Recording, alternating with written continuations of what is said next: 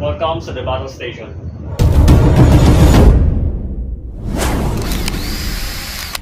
Bago natin pag-usapan to, linisin muna natin, no?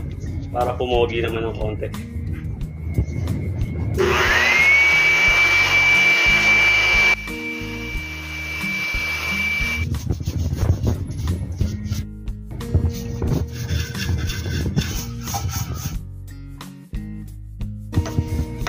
Malinis na.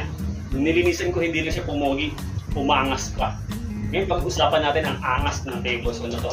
Na para sa akin, ito ang the best na entry-level professional table saw na mabibili natin ngayon sa market dito sa Pilipinas. Lilinawin ko, hindi ito ang pinaka-the best table saw na makikita nyo sa market. Pero sa ganitong kategory ng mga job site table saw at sa ganitong halaga, wala nang papantay dito. Tara, silipin na natin ang angas nito. Ayan mga tol. Unang-una, ang table saw na to ay 7 months old na lang sa akin. 7 months old, pero bugbog na bugbog sa akin to. So kaya kanina pinakita ko sa inyo yung itsura niya. At ngayon iikot ulit natin. Tignan natin na medyo malinis na siya. So mula nung dumating to, nagpasukan din sa atin yung mga order ng mga collapsible carts. So lahat ng mga collapsible carts na nagawa natin, maliban sa unang-unang cart, no, dumaan dito sa table saw na to. So ang mga ginagamit natin, no, sa table saw na to, nagkakat tayo ng mga 2x6 na pine wood. So ito yung nire-rip cut, no? Nininipisan ko to bago ko ipadaan sa planer. Tapos ini-straight tong edge na to para i-glue up ang 6 na ganitong board para sa tabletop ng aking mga collapsible cart. Next, kinakat din natin itong marine melamine board, no? Ito yung ginagamit nating materyales sa ating mga collapsible cart. So ganun siya katibay. So ganyan yung ply niya, no? Talagang compress. So medyo matigas din siyang ikat at kailangan malinis yung pagkakakat mo nito kasi kung hindi magkakaroon ng chip out. Pangatlo, itong 3/4 din na mahogany wood, no? Ito naman yung ginagamit natin sa mga logo ng ating mga collapsible cart. So dito ko rin ito nire-resize sa table saw natin. So yan yung mga materyales na madalas na ginagamit ko para sa aking mga collapsible cart na tumutorture dito sa ating skill table saw. Ayan, pag-usapan muna natin na mabilis ang specs ng table saw na to. Pag-usapan muna natin yung size nitong mismo mesa. Ito ay merong 24 inches mula dito hanggang dito. Mula naman dito hanggang dito sa dulo ay 25 inches. So meron itong fence at auxiliary fence. Meron itong kasamang miter gauge to. So ang miter gauge niya wala namang masyadong special dito. At karamihan sa mga miter gauge talaga na kasama sa mga table saw natin, no? Medyo may alog talaga siya ng konti. Ito rin, meron siya konti at hindi ito kasama. So kapag binili nyo ang table saw na to, itong block lang na to, yan, ito nilagay ko lang siya, no, para mas magamit ko siya ng maayos. Next, meron silang ganitong blade guard. Napakaganda, lalo na kung DIYer ka at nagsisimula ka pa lang at medyo takot ka sa blade, no. Malaking bagay ito para maramdaman mo na safe ka. Kagandahan sa blade guard na to, no, natatakpan niya talaga yung blade, no. Kapag nagka-cut tayo, kusa siyang umangat. So alam natin, no, kung hanggang saan yung kamay natin na safe, hanggang saan tayo pwedeng humawak sa board na safe at malayo sa blade. At dito sa side na to, no, sa gumagamit ng table saw, makikita mo kung saan tumatama yung blade sa materyales mo. At dahil magkahiwalay ang dalawang to, walang magiging problema kapag nag-bevel cut tayo. Ganda, di ba? Napakaganda nito para sa mga nagdi-DIY at bago pa lang susubok sa table saw. Dito, mararamdaman mo talaga na safe ka sa paggamit nito. Magagamit mo yan kapag ka nagko-cross cut or nagre-rip cut ka ng mga boards sa table saw na to. Hanggang sa kailangan mong mag-group gamit ang table saw. Kailangan mo itong tanggalin. Pagtanggal nito, iangat lang natin itong lock So pwede natin siyang hugutin. At dito, ang magiging holder ng blade guard mo kapag hindi mo ginagamit.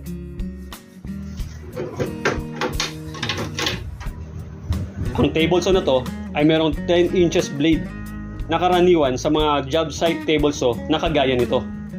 Pero ang nagpapaangas sa table saw na to, kaya nitong mag-cut ng 3.5 inches depth capacity kapag ka naka 90 degree.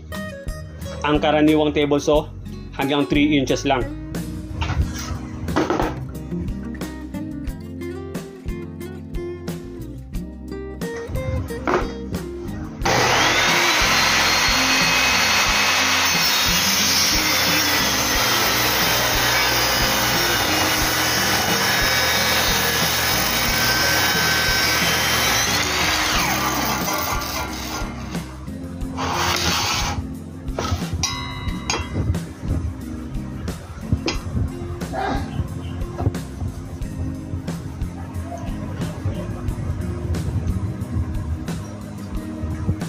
So ang table saw na to ay hindi lang isang blade ang ginagamit ko. Hanggang ngayon, gamit ko pa rin ang kanilang stock blade na 2040 sa pagkakat ng mga pine wood at mga hardwood.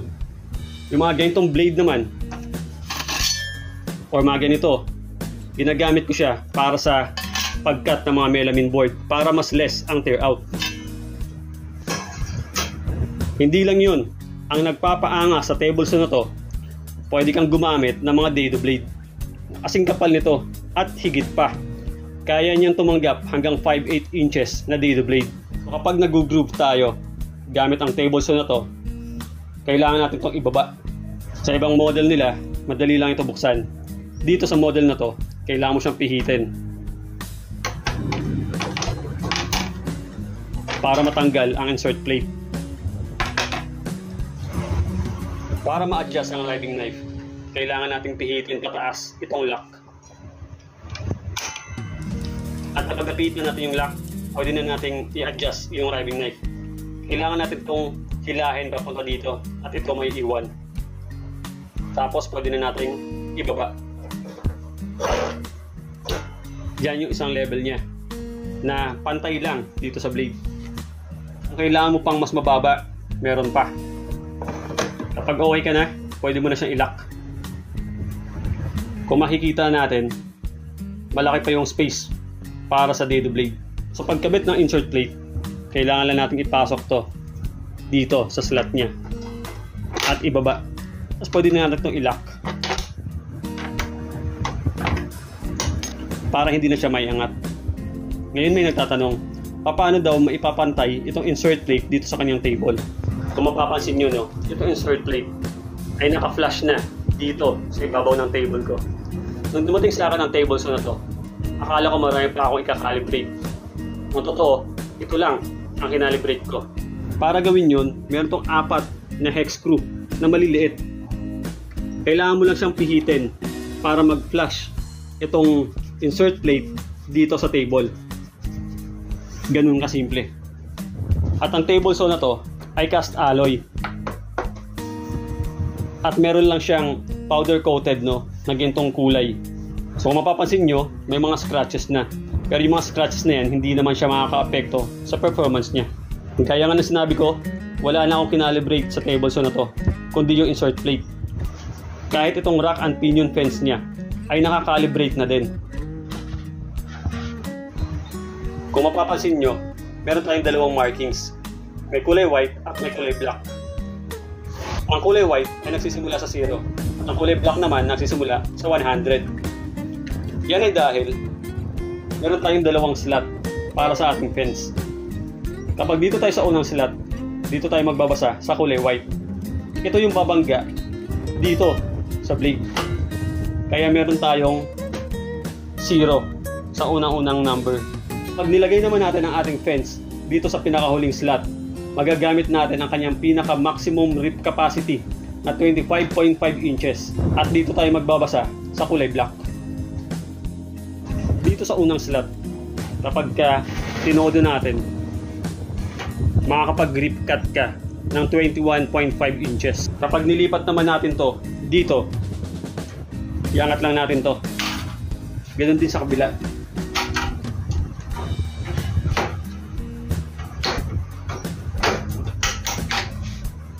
Dito, makakapag-cut ka hanggang 25.5 inches. So, pwede kang mag-rip cut ng isang buong plyboard. Ang fence nito ay merong 80mm, no? Yung taas mula dito sa base. At meron din itong auxiliary fence. Ginagamit yan kapag kailangan mo mag-cut ng mas maninipis na malapit sa blade. Sa pag-cut ng mga maliliit na strips, no, huwag natin itong gagamitin. Gagamitin natin ang auxiliary fence.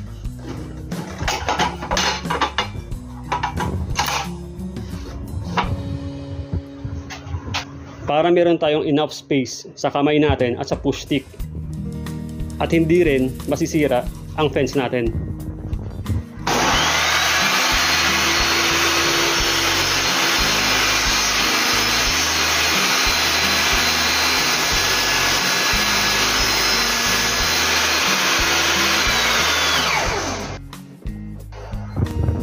Wag nating ibabalik yung materyales kapag nagkakat tayo habang umiikot ang blade para hindi tayo madisgrasya. Isa pang gamit ng auxiliary fence ay kapag ka nagre-rip cut ka na mas mahahabang board. Gaya nito. Kailangan mo lang siyang ibaba pa sa pinakahuling slot. Yan ang magiging salo ng board mo kapag nagkakat ka. Kasi pag wala yan, pwede siyang malaglag. Lalo na kapag maninipis yung plywood na kinakat mo. Saktong-sakto yan. Flush na flush dito sa tabletop niya. Ang angas, di ba?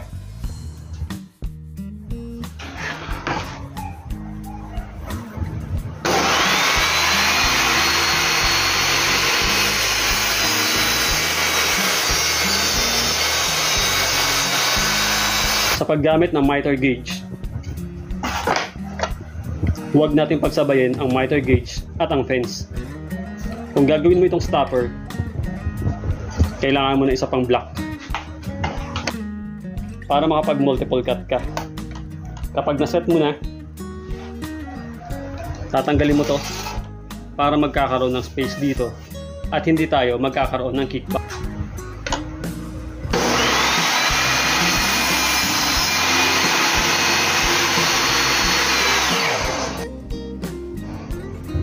Itong part naman na to, ang pag-uusapan natin. Simulan natin dito sa kanyang paddle switch. Kapag nag-on ka, mas madali ang access. Kapag i-off mo naman kung sakasakali at hawak mo ng dalawang kamay mo ang board, pwede mo siyang tuhurin para mag-off. So kagaya din ng ibang tables, ito ang kanyang adjustment kapag ka magbababa at magtataas ka ng blade. Plastic itong mga to, no? Pero hindi ito yung mga ordinary plastic. Kaya naman ito mag-level cut hanggang 45 degree. Hindi lang yan. Pwede itong magsimula sa negative 2 hanggang 47 degree. Para mag-adjust, unlock mo lang to. Kung gusto mong gamitin yung negative 2, itong bilog na to, ipupush mo lang. Nandun ka na sa negative 2. Kung gusto mo naman umabot ng 27 degree, ganun din. Automatic siya mag-i-stop sa 45. May nakalagay dito na plus 2. Kailangan mo lang itong i-push para umabot ka ng 47 degree. O yung tinatawag nilang plus 2. Tapos pwede mo na siyang i-lock. Nandito din yung slot ng kanyang push stick holder. So hindi mawawala yung push stick mo. Sa right side ng ating table, tinuturo ko na kanina yung holder ng ating blade guard. At sa loob naman, makikita natin yung lagayan ng mga wrench na magagamit natin kapag magpapalit tayo ng mga blade. At ito naman, ang kanyang locking mechanism ng fence.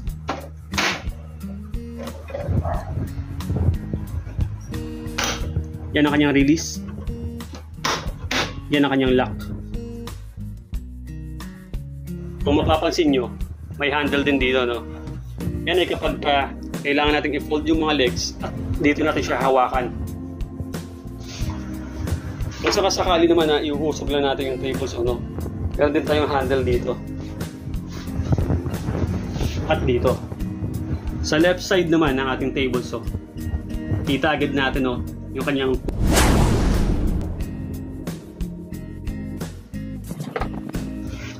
at ang kagandahan dito, napakadali yung access sa mga gears.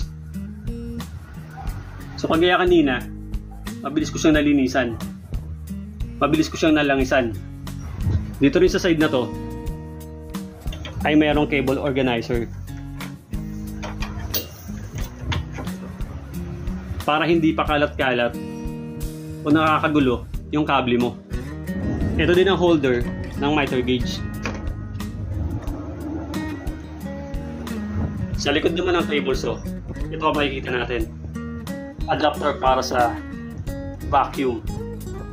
Or, kung wala kang vacuum, pwede itong gamitin mo na magdadirect ng kusot o yung mga sawdust sa baba. Pwede kang maglagay dito ng timba. Sa likod din ito, makikita natin ang instruction na to. Ang instruction na yan ay isa din sa nagpapaangas dito sa skill tables na to.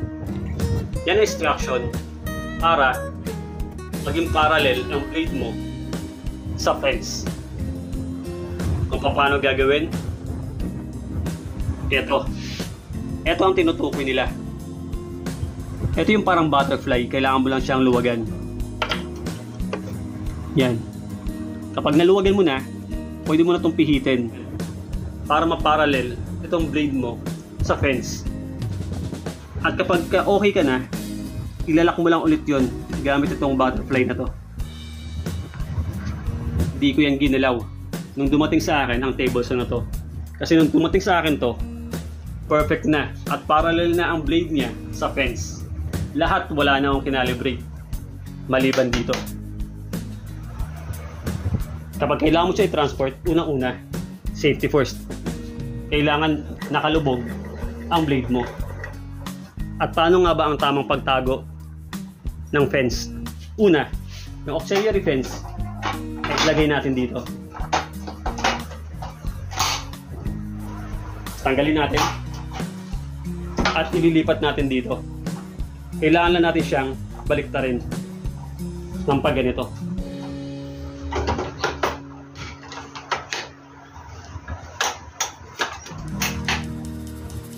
Kapag nakalak na, sagad natin to sa gilid.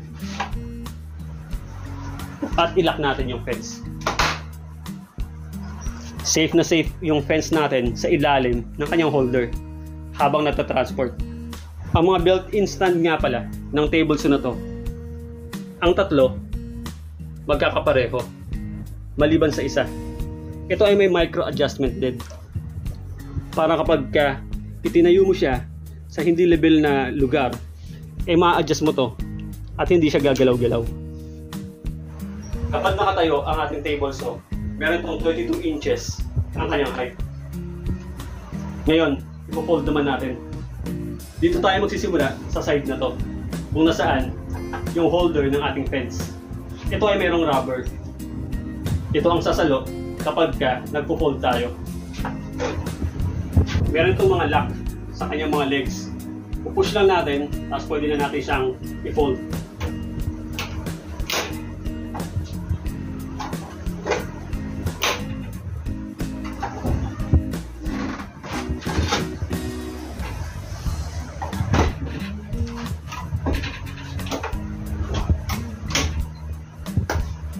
Ganun kadali.